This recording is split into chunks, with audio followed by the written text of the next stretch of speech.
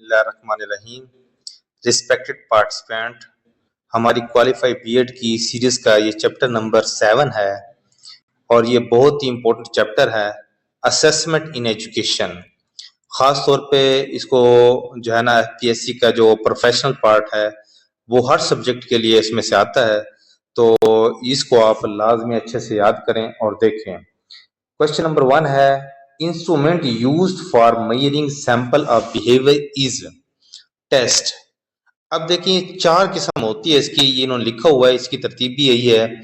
सबसे पहले टेस्ट होता है, फिर मेजरमेंट, फिर असेसमेंट और फिर एवेल्युएशन। अब ये क्या चीज होते हैं? टेस्ट क्या होता है? टेस्ट सैंपल ऑफ बिहेवियर होता है।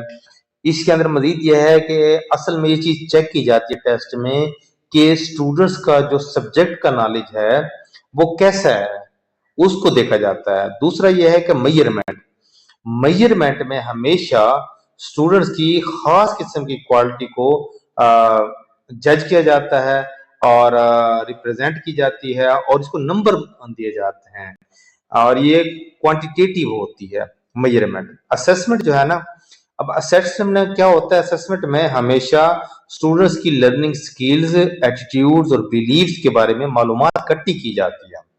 और एवेल्युएशन क्या होता है? एवेल्युएशन होता है जो मालूमात हासिल की गई है उस मालूमात की इंटरप्रिटेशन होती है और फाइनल जजमेंट की जाती है। तो ये इस तरह कुछ मतलब इसकी कुछ डेफिनेशंस हैं, साथ साथ में हम चलते रहेंगे, इसके बताते रहेंगे आपको। तो ये 4 जो है ना आपने तरतीब इसकी याद रख लेनी है, टेस्ट, मेजरमेंट, असेसमेंट और एवेल्युएशन। क्वेश्चन नंबर 2 है, limited to quantitative description of people's performance. People's की यानी कि शागिर्दों की या सीखने वालों की जो परफॉर्मेंस है उसको क्वांटिटेटिव जो डिस्क्रिप्शन होती है या क्वांटिटेटिव में जो बयान की जाए तो उसे मेजरमेंट कहते हैं। ऑप्शन नंबर बी दुरुस्त है। क्वेश्चन नंबर 3 है, the purpose of the evaluation is to make judgement. Evaluation का जब भी लफ्ज आएगा फाइनल डिसीजन या जजमेंट, ये बात याद रखें। क्वेश्चन नंबर 4 है, the purpose of evaluation is to make judgement about educational quality. याद रखें कि इवैल्यूएशन हमेशा क्वालिटेटिव होती है और मेजरमेंट हमेशा क्वांटिटेटिव होती है। क्वेश्चन नंबर 5 है, evaluation that monitors learning progress is formative evaluation. याद रखें ये 3-4 वर्ड हैं, आपने याद रख लेने हैं कि फॉर्मेटिव इवैल्यूएशन या फॉर्मेटिव असेसमेंट। ड्यूरिंग एक लफ्ज है और कंटिन्यूअस और एक है प्रोग्रेस। ये 3 कीवर्ड हैं, ये फॉर्मेटिव असेसमेंट होती है, फॉर्मेटिव एवेल्यूशन होती है, ड्यूरिंग द लेसन होती है। और फॉर्मेटिव असेसमेंट का एवेल्यूशन का मतलब ये होता है कि उसमें बेहतरी लाई जाए। क्वेश्चन नंबर 6 है, formal and systematic procedure of getting information is, के खास किस्म का जो सिस्टमेटिक प्रोसीजर होता है मालूमात हासिल करने का, कि जिसमें बच्चे का सब्जेक्ट से मुतालिक उसका नॉलेज हासिल किया जाता है, वो क्या होता है? टेस्ट होता है। क्वेश्चन नंबर 7 है, the process of obtaining numerical values. Numerical values, scores, ये मेजरमेंट में दिए जाते हैं, इसको क्वांटिटेटिव मतलब वैल्यू भी कहते हैं। क्वेश्चन नंबर 8 है, a sum of questions is called a test. Question number 9 है, the first step in measurement is decision of what to measure. देखिए मेजरमेंट में सबसे पहला स्टेप यही है कि मेजर क्या चीज करनी है, आपने क्या चीज मेजर करनी है।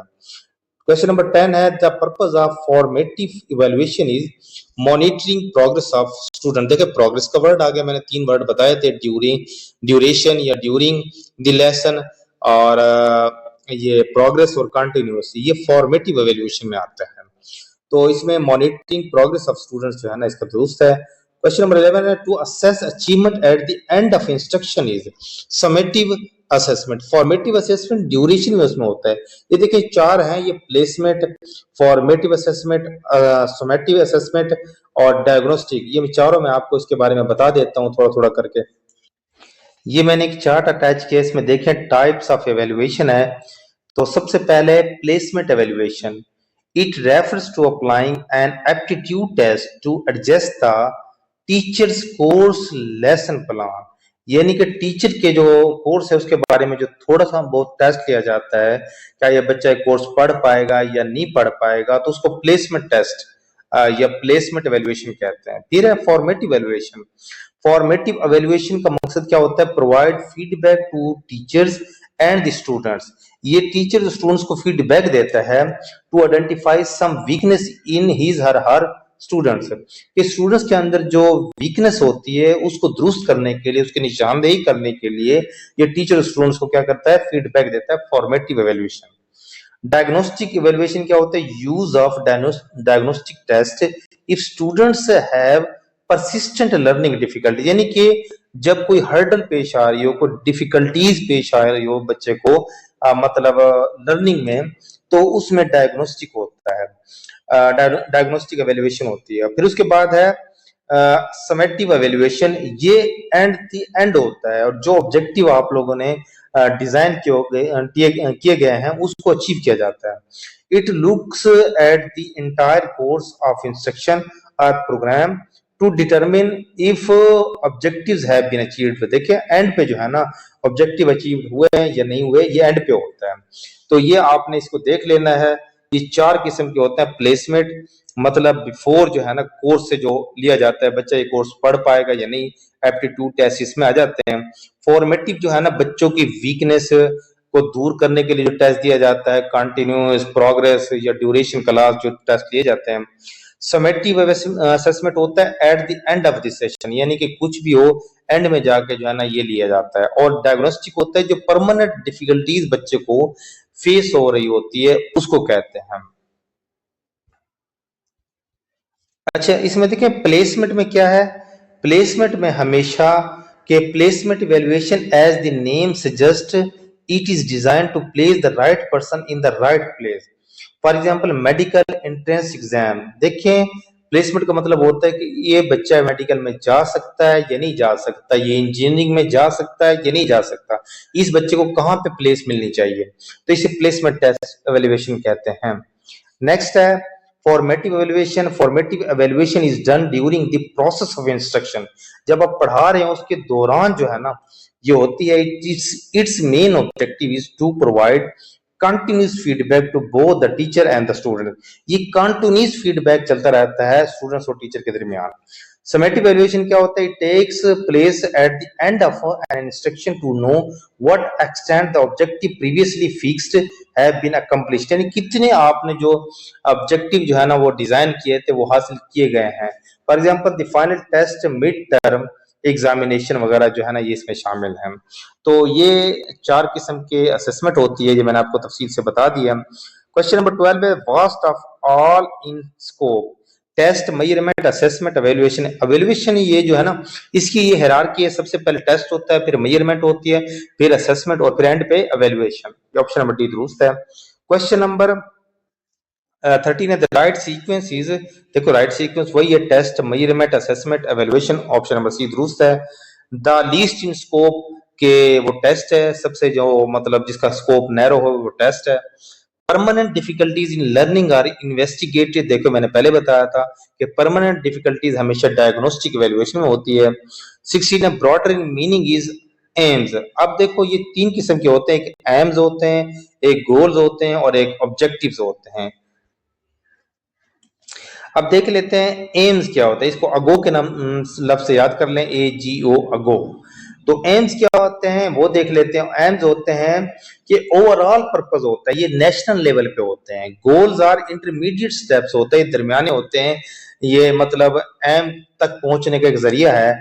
और जो ऑब्जेक्टिव होते हैं वो स्पेसिफिक टास्क होते हैं और जो मतलब कंट्रीब्यूट करते हैं एम को हासिल करने में। तो इस तरह आप देख लें तो एम सबसे पहले ब्रॉड इन सेंस होता है नेशनल लेवल पे, गोल जो है ना ये इंटरमीडिएट होता है, दरमियान में आता है, और ऑब्जेक्टिव जो होता है ना ये बिल्कुल जो है ना निचली सतह पे आते हैं। तो इस तरह ऑब्जेक्टिव पहले हासिल किया जाता है, फिर गोल हासिल किया जाता है और एंड पे एम हासिल किया जाते हैं।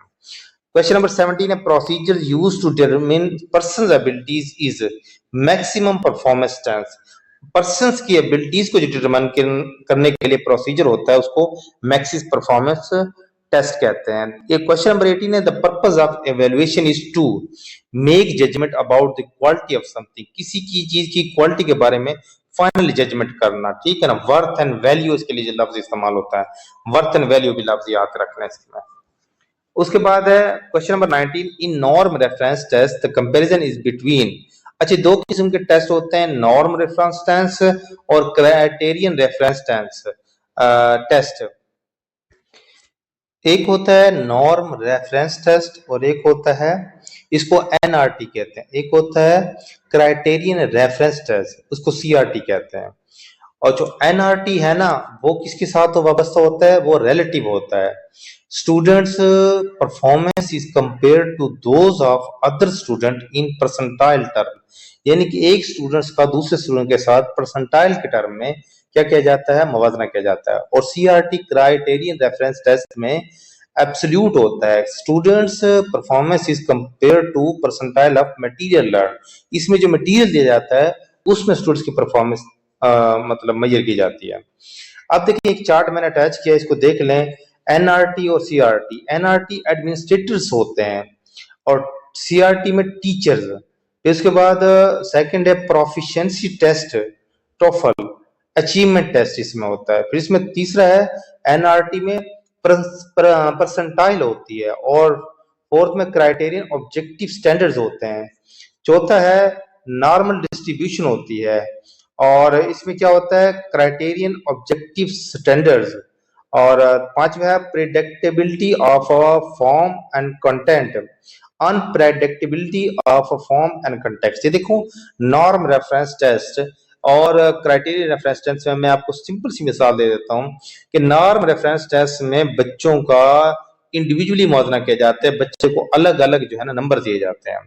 और क्राइटेरिया रेफरेंस टेस्ट में एक क्राइटेरिया रखा जाता है जिसमें क्या होता है कि टीचर जो है ना वो कहता है कि आपने सब बच्चों ने इतने कोर्स में से या इतने सब्जेक्ट के इतने हिस्से में से आपने टेस्ट देना है, तो फिर वो पता चल जाएगा कि इतने बच्चे इसमें से पास हुए, इतने बच्चे इसमें से फेल हुए हैं। तो ये पास फेल की जो टर्म है वो इसमें शामिल है। क्राइटेरियन रेफरेंस टेस्ट में एक बात और याद रख लें, इसमें ये होता है कि फर्ज करो कि एक सवाल जो है टीचर ने बोर्ड पे लिख दिया और कहा है कि इसको हल करें। अब वो क्लास 50 क्लास में से 30 स्टूडेंट्स इसमें कर लेते हैं और बाकी जो है ना 20 नहीं कर पाते। जो 30 स्टूडेंट्स है वो इस क्राइटेरिया में आ जाएंगे कि वो बच्चे जो है ना पास हैं और जो उसमें बाकी 20 है वो फेल हैं। जबकि नॉर्म रेफरेंस टेस्ट में ये होगा कि हर बच्चे का इंडिविजुअली मौजना किया जाएगा। तो टू क्वेश्चन नंबर 20 है, in which question marking will be more reliable, multiple choice question, MCQs, ये बहुत रिलायबल होते हैं। 21 है, facility value of less than 0.20 means item is difficult. ये फैसिलिटी वैल्यू है, इसके बारे में मैं आपको बाद में बताता हूं कि क्या चीज होती है। तो ये बात याद रखें, facility value of less than 0.20 item is difficult, इसमें आइटम डिफिकल्ट होता है। 22 है, objective type question have advantage over easy type because such questions are easy to mark. देखो ऑब्जेक्टिव टाइप क्वेश्चन का सबसे बड़ा फायदा ये है कि एक तो इसमें ये आसानी से मार्क हो जाते हैं और इसमें रिलायबिलिटी बहुत ज्यादा होती है। अब इसमें सवाल है कि रिलायबिलिटी और वैलिडिटी क्या है, वो मैं आपको बता देता हूँ। रिलायबिलिटी क्या होती है, reliability is about the consistency of measure and validity is about the accuracy of the measure. जो आप मैयर कर रहे हैं ना, रिलायबिलिटी में कंसिस्टेंसी होनी चाहिए, वैलिडिटी में एक्यूरेसी होनी चाहिए। और वैलिडिटी जो है ना क्या होती है, involves content criterion construct validity, whereas reliability involves test, retest, iterator and internal consistency। तो इसमें जो है ना वैलिडिटी और रिलायबिलिटी के दरमियान एक बात याद रखें कि रिलायबिलिटी में कंसिस्टेंसी होती है कि इसको जो है ना जितनी बार भी जो बंदा टेस्ट ले उसका आंसर वही होगा। और जो वैलिडिटी होती है वो एक्यूरेट होती है और जो चीज मेजर की जाती है। फर्ज करो कि मैंने मैथ का सवाल पढ़ा है तो मैथ ही की मैंने क्या करना है, टेस्ट लेना है। उसमें कोई ये जमा के सवाल पढ़े हैं, सॉरी मैंने जमा के सवाल पढ़े हैं तो मैं जमा के सवाल का ही टेस्ट लूंगा, उसमें माइनस के सवाल नहीं डालूंगा। तो इसी तरह तो ये वैलिडिटी होती है टेस्ट को। रिलायबिलिटी का मतलब है अगर 4 बंदे भी टेस्ट को चेक करें तो चारों का स्कोर सेम ही आएगा, तो उसे रिलायबिलिटी कहते हैं। 23 है discrimination value of more than 0.4 mean item is acceptable. Question number 24 है tests involving the construction of a certain patterns or solving problems in the terms of concrete materials are called performance test. Test involving the construction, अब देखो construction का एक लफ्ज आ गया है, तो इसमें क्या चीज है, तामीरी चीज होती है। तो परफॉर्मेंस में क्या होता है, इंसान परफॉर्म करके दिखाता है। तो ये आपने कीवर्ड इसमें याद करना है। क्वेश्चन नंबर 25 है इन multiple choice item the stem of the item should be meaningful. जो स्टेम होता है ना, यानी कि क्वेश्चन जैसे कि 25 ये स्टेम है टोटल मुकम्मल, और इसके 4 ऑप्शन है, ये डिस्ट्रैक्टर्स होते हैं, तो फिर क्या होना चाहिए, मीनिंगफुल होना चाहिए। 26 है which appropriate verb will you use to make an objective behaviour. तो ये टू कंस्ट्रक्ट है, जैसे कंस्ट्रक्ट में तामीरी रवैया होता है, तामीरी चीज होती है, तो फिर क्या होता है, तो बिहेवियर जो है ना ऑब्जेक्टिव बिहेवियर, तो इसके लिए टू कंस्ट्रक्ट जो है ना ये वर्ब अप्रोप्रिएट है। 27 है objectives representing the purpose of instruction of a teacher are called instructional. Objectives representing the purpose of instruction, instruction का जो पर्पस है ना वो क्या करता है, टीचर के लिए क्या करता है, वो इंस्ट्रक्शनल बेस्ड ऑब्जेक्टिव्स होते हैं। 28 है द मेन एडवांटेज ऑफ ऐसे टाइप इज, ऐसे टाइप का मेन एडवांटेज क्या, they can measure complex learning outcome which can not be measured with other types of question. देखिए जो एमसीक्यूज टेस्ट होते हैं या स्ट्रक्चर्ड मतलब जो एसेज होते हैं, तो फिर उनमें क्या होता है, उनमें ये होता है कि मतलब एक बच्चा लिमिटेड हो जाता है, जैसे कि 200 वर्ड लिखने हैं, या मकसद है कि या एमसीक्यूज है कि 4 ऑप्शन है, ठीक है तो ठीक वरना गलत। लेकिन ऐसे टाइप टेस्ट में ये होता है कि बच्चे की अंदर की क्रिएटिविटी जो है ना सामने आएगी, लेकिन उसमें मार्क्स जो है ना वो एक जैसे नहीं आएंगे, हर मार्किंग करने वाला उसके मार्क्स अलग अलग देगा। 29 है running description of active behaviour of a student as observed by the teacher. Anecdotal record, anecdotal record क्या होता है, वाकयाती रिकॉर्ड। इसमें एनेक्डोटल रिकॉर्ड में बच्चे के अंदर जो मतलब जो भी इंसिडेंट होते हैं बच्चे के, वो बयान किए जाते हैं। ऑटोबायोग्राफी में क्या होता है, इंसान अपनी खुद नविश्त लिखता है, जिसको खुद नविश्त कहते हैं। इंटरव्यू का मतलब होता है कि इंटरव्यू करना, और क्वेश्चनर का मतलब होता है सवालात लिखे हुए पेपर्स। तो एनेक्डोटल जो होता है ना वाकयाती रिकॉर्ड होता है स्टूडेंट्स का। 30 क्वेश्चन है a test very popular with classroom teacher is multiple choice question. MCQs जो है ना ये वेरी पॉपुलर है। 31 है frequently use tools of summative evaluation और टेस्ट के जरिए समेटिव एवल्यूएशन की जाती है। क्वेश्चन नंबर 32 है which of the following statement is a criterion referenced interpretation. अब इसमें 2 है, नॉर्म रेफरेंस टेस्ट और criterion reference test. Norm reference test में ये होता है कि इंडिविजुअल का जो है ना वो लिया जाता है, टेस्ट लिया जाता है, और क्राइटेरियन में एज अ होल जो है ना वो क्राइटेरिया मुख्तस कर दिया जाता है भी ये काम सब लोगों ने करना है, जो कर लेगा वो पास है, जो नहीं कर लेगा वो फेल है। अब इसमें ऑप्शन नंबर ए अजद can state Newton second law of motion. अब सेकंड लॉ ऑफ मोशन सब क्लास के लिए है, लेकिन इसमें अजद बयान कर सकता है सेकंड लॉ ऑफ मोशन।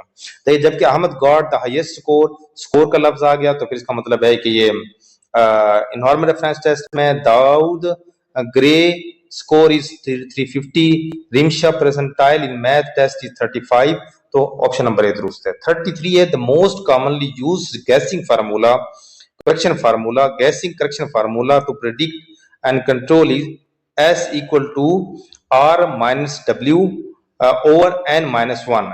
अच्छा ये मतलब एक गैसिंग करेक्शन फार्मूला है कि इसमें जो है ना ये आपने याद रखना है, ये मुकम्मल तौर पे आता है, इसको मैं डिटेल से अलग वीडियो में बता दूंगा ये क्या चीज होता है, इसको सॉल्व करके बता दूंगा, लेकिन आपने याद करना है S equal to right answer minus wrong answer, उसके साथ आएगा ओवर एन नंबर ऑफ आ जाएगा, और उसमें से माइनस कर देनी है कि 1, तो ये आपका जवाब आ जाएगा। 34 है the summative valuation is certifying judgment यानी कि एट द एंड होता है, तो जजमेंट होती है, वर्थ एंड वैल्यू होती है, समेटिव रेशियो में होता है in the end of the session.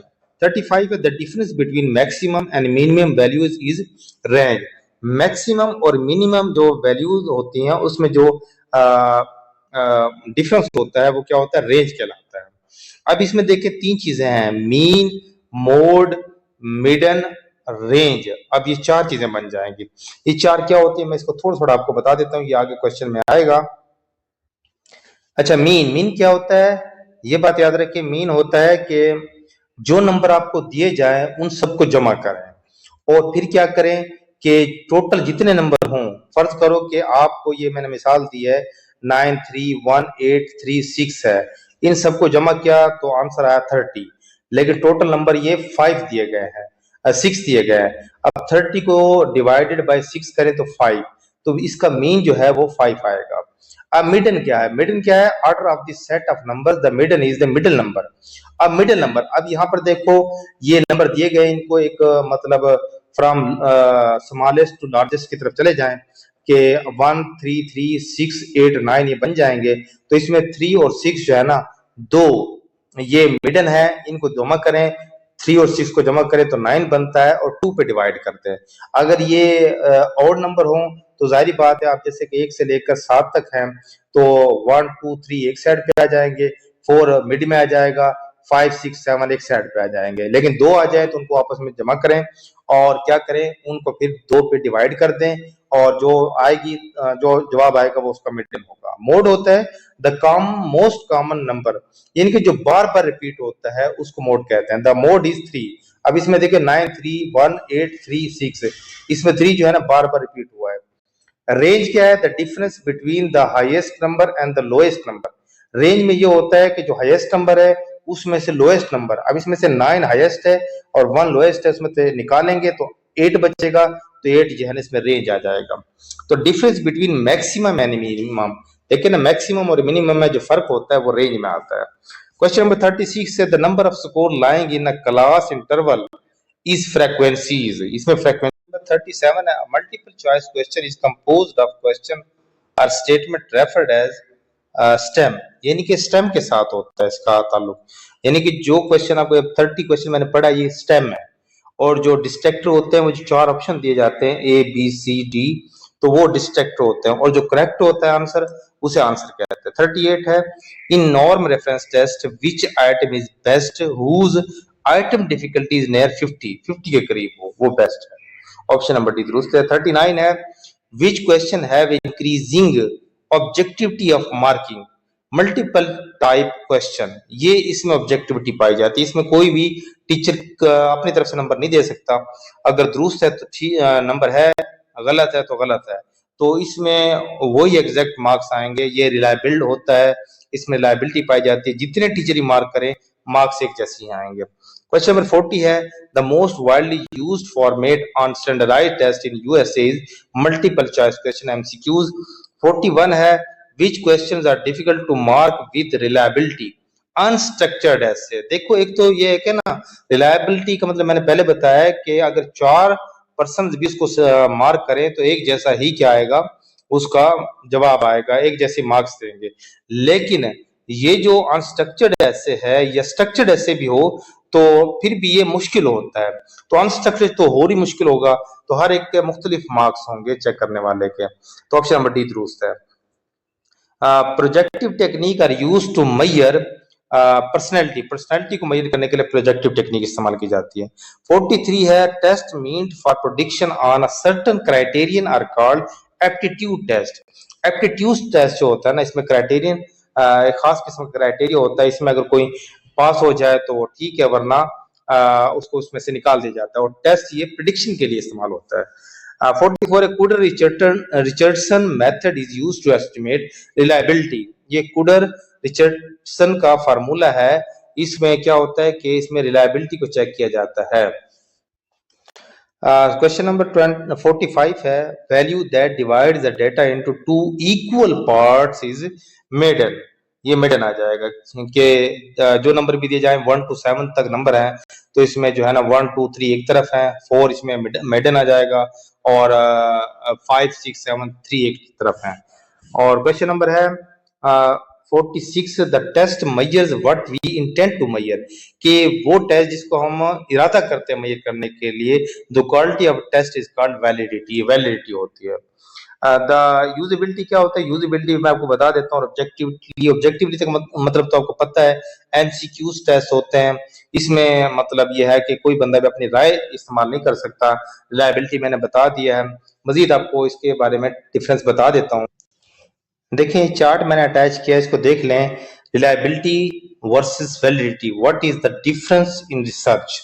अब देखिए इसमें आप देख ले खुद ही, liability versus validity is a complex topic, ये कम्प्लेक्स टॉपिक है, that is useful in evaluating the quality of research, कि कोई भी चीज आपने तलाश करनी है उसकी क्वालिटी को इवैल्यूएट किया जाता है। While creating a research design, it is important to understand the difference between these terms, इनके दरमियान फर्क को आपको पता होना चाहिए। बेसिक डेफिनेशन ऑफ रिलायबिलिटी और validity in measurement. Reliability is relatable to the consistency of measure, कि किसी भी टेस्ट की कंसिस्टेंसी होनी चाहिए, सेम रिजल्ट आना चाहिए। Validity is relatable to the accuracy of measure, यानी कि जो चीज आपने मेजर करनी है उसको मुकम्मल तौर पे वही हो तो उसे एक्यूरेट कहते हैं। अब इसके फर्क देख लें, तीन डिफरेंस इसने लिखे हैं, रिलायबिलिटी एंड वैलिडिटी। रिलायबिलिटी में when the research recur under the same conditions, reliability tells the extent to which result are reproducible, कि सेम कंडीशन में रिजल्ट वैसे ही आएगा जैसा, मतलब एक बंदे का रिजल्ट हो, दूसरे को, तीसरे को, सबका रिजल्ट सेम आएगा। फिर द रिजल्ट 46 का जो आंसर है वो वैलिडिटी है। वैलिडिटी का आपको ये बता दिया है, जिस चीज को मेजर करने का मकसूद हो वो ही उसका आंसर होता है वैलिडिटी। और रिलायबिलिटी का मतलब होता है बार बार इसका जो भी चेकर इसको चेक करेगा उसको वही आंसर होगा, वही मतलब इसकी जवाब आएगा। यूजेबिलिटी में 7 स्टेप होते हैं, वो कौन कौन से होते हैं मैं बता देता हूँ। Plan the test, recruit participants, prepare material, set up environment, conduct the test, analyze data और रिपोर्ट रिजल्ट्स। 7 स्टेप्स हैं, ये चार्ट मैंने दिखाए आपको, ये यूजेबिलिटी के लिए इस्तेमाल होता है। फिर कोई क्वेश्चन नंबर 47 है, the length of the test is an important factor in obtaining a representative sample, option number B दुरुस्त है। 48 midden of the 1 6 4 5 2 3 3.5। अब 3.5 कैसे आया, देखो ये 1 से लेके 6 तक है, तो इसमें 3 और 4 जो है ना इसका दरमियानी 2 डिजिट बनेंगे, तो इनको आपस में जमा करें तो 7 आता है, 7 को डिवाइड करें 2 पे तो 3.5 इसका आंसर आता है। 49 the formula for mean is used, X sigma मतलब एक्स है equal to E X over N, तो ये इसका फार्मूला फॉर मीन है, ये बात ये एज इट आपको याद करना पड़ेगा।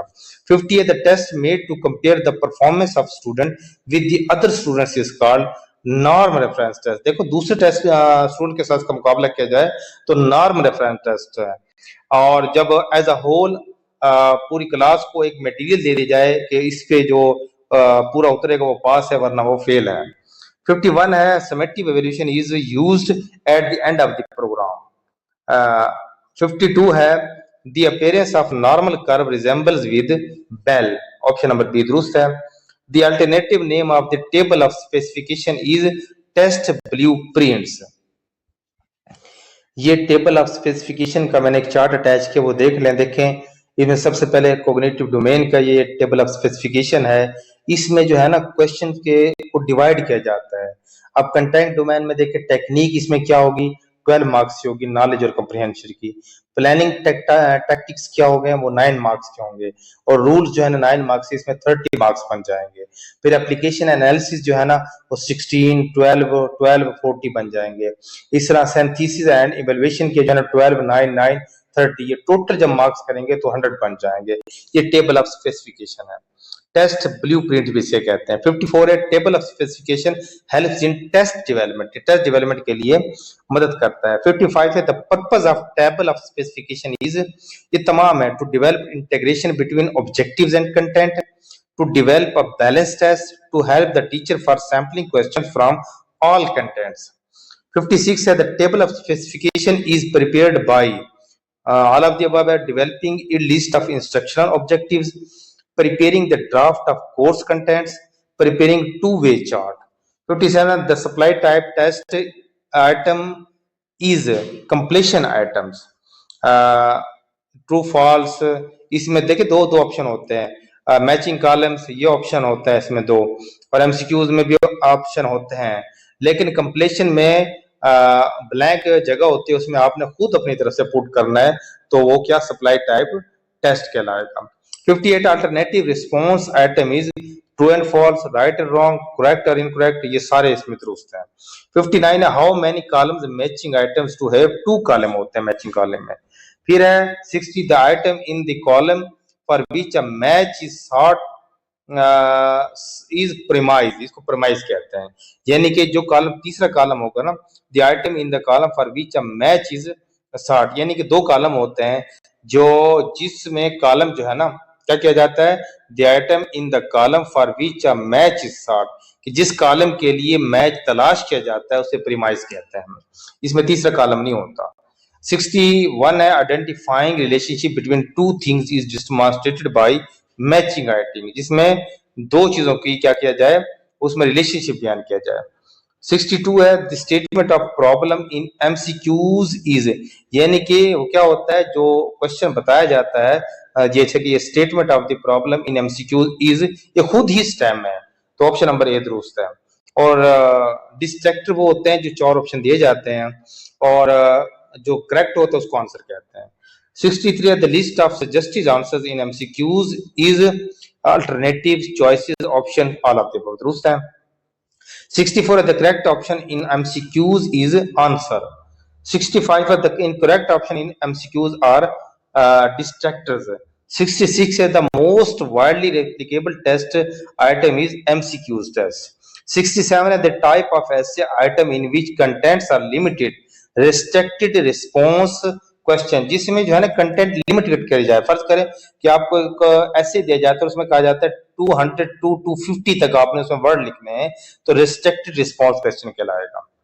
फिर है the ability to select, organise, integrate and evaluate ideas is demonstrated, और जिसमें ये मतलब रिस्ट्रिक्शन ना हो कि इसमें इतने वर्ड लिखने हैं, उसको एक्सटेंडेड रिस्पांस क्वेश्चन कहते हैं. उसमें हर स्टूडेंट जो है ना अपनी मर्जी से आंसर का जवाब जितना भी एक्सटेंड करना चाहे कर सकता है. The score of a student getting 70 is correct and 30 incorrect answers in true or false items by applying guessing correction formula will be 40. अब इसका जो है ना बनाएंगे तो आप ये 40 बनेगा, कैसे बनेगा वो मैं आपको बता देता हूं. देखिए गैसिंग फार्मूला क्या है कि S equal to R minus W, यानी कि राइट आंसर और रॉन्ग आंसर, और n number of choices for each. देखिए नंबर ये दोबारा देख लेते हैं इसको, R ये S equal to R minus W over n minus 1. अब R है राइट आंसर इसमें 70 है और करेक्ट आंसर इसमें 30 है, और नंबर ऑफ चॉइसेस कितने हैं, हर एक के एक नंबर है, तो 1 माइनस 1 आएगा. अब देखो S इक्वल टू 70 माइनस 30, तो 40 बच जाएगा, और माइनस 1 और प्लस 1 ये मतलब 0 बचेगा, तो 40 इसका आंसर आएगा. ये मैंने साथ में देखिए सॉल्व करके आपको बता भी दिया है. क्वेश्चन नंबर 70 है the score of a student getting 70 correct and 30 incorrect answer in MCQs atom having 4 option by applying गेसिंग करेक्शन फार्मूला विल बी. अब देखिए इसमें क्या आएगा, इसका 60 आएगा, ये बात अपने ध्यान में रखना है. और ट्रू एंड फॉल्स में देख लें वो एक अलग चीज है, ये अलग चीज है. 71 है the analysis of items is necessary in standardized test. 72 है which one is not the type of test by purpose, essay type test, ये पर्पस के लिहाज से टेस्ट नहीं है, टेस्ट की किस्म नहीं है. Standardized test, criterion reference test, norm reference test ये है. 73 type of test by method, objective type test. Question number है 74 students performance is compared with other students in norm reference test. Students' performance is compared with clearly defined learning task, criterion reference test. अब देखो norm reference test में students का comparison किया जाता है और criterion reference test में जो मटेरियल दिया जाता है उसकी बिना पे गैस किया जाता है कितने बच्चे इसमें हल कर सकते हैं। 76 a test that measure learning outcomes of student is achievement test. 77 the test designed to predict future performance is aptitude test. Future की प्रेडिक्शन के लिए क्या होता है? एप्टीट्यूड टेस्ट होता है। 78 है the founder of modern intelligence test was Alfred Binet. इसका जवाब है अल्फ्रेड बिनेट। अच्छा इसमें देखें ना, अल्फ्रेड बिनेट, टर्मन, स्टर्न, इन तीनों ने ही मतलब ये इंटेलिजेंट क्वेश्चन का फार्मूला इजाद किया था। लेकिन इसमें देखें, मैं आपको बता देता हूँ, ये देखें मैंने साथ में लिखा है, concept of IQ was given by beneath, Alfred beneath ने दिया था 1905 में। Salmon and Binet gave the idea of MA mental age in 1908 में। फिर इन दोनों ने सैमन और बिनेट ने इकट्ठा दिया था। फिर उसके बाद stern gave the formula of IQ without 100 it is MA और CA in 1912 और टर्मन ने जो है ना मल्टीप्लाइड दिस विद 100 MA और CA मल्टीप्लाई 100 in 1916 में। और फिर इसके बाद देखें जो मेन चीज है वो यही है कि the formula for calculating a person's IQ as given by German psychologist Wilhelm Stern in 1912, IQ equal to mental age और chronological age multiply 100। लेकिन इसका जो फाउंडर है वो अल्फ्रेड बिनेट है, कंसेप्ट इसने दिया था। 79 है the formula to determine IQ was presented by, अच्छा प्रेजेंट किसने किया था? ये स्टर्न ने किया था। The formula for calculating a person's IQ as given by German psychologist Wilhelm Stern in 1912 is IQ equal to mental age or chronological age multiply 100। ये stern ने दिया था। क्वेश्चन नंबर 80 है IQ of a student having same physical and mental age will be 100। जब same physical और same mental हो तो उसका 100 ही आंसर आएगा।